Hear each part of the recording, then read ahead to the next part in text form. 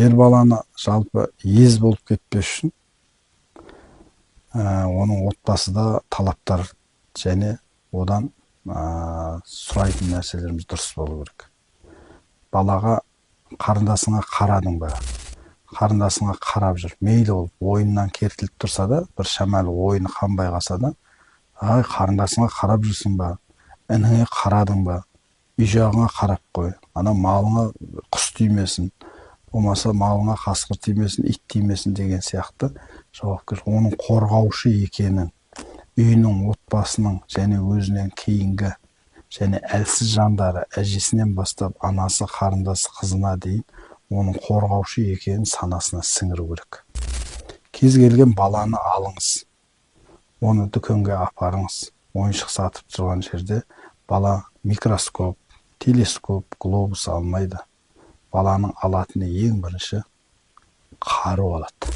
Оның генінде, адам атадан келіп жатқан бүкіл өзінің психикасында ол қорғаушы, отбасының, отанының қорғаушысы. Соны ұмытпау керек бала.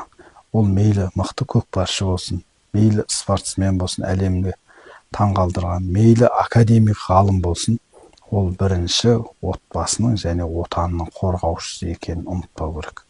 Қазақта бір сөз бар: ер ел үшін туады, ел үшін өледі. Патшаның міндеті ту көтеру, ердің міндеті сол тудың түбінде өлу дейді. Бұл әрине ауыр, ауызға жеңіл, бірақ бұның философиясы өте терең. Аз ғана болып бүкіл әлемді аузына қаратқан мықты батырлар бар, елдердің барлығы ерлерін осылай тәрбиелеген. Кеше 5 жасқа дейінгі, 6 жасқа дейінгі Абайдың бүкіл тәрбиесімен әжесі, анасы айналысса, одан кейін әкесі Құнанбай айналысты. Медресе, үлкен ұстаздар, Ахмет Риза сияқты үлкен ұстаздардан мал аямай Құнанбай оқытты. Сол Абай жаман болған жоқ. Кешегі Шыңғыс төре дәл сөйтіп Шоқанды тәрбиеледі. Ол Қашқар тау асып жүрсе де, өзінің қайсарлығынан айнаған жоқ.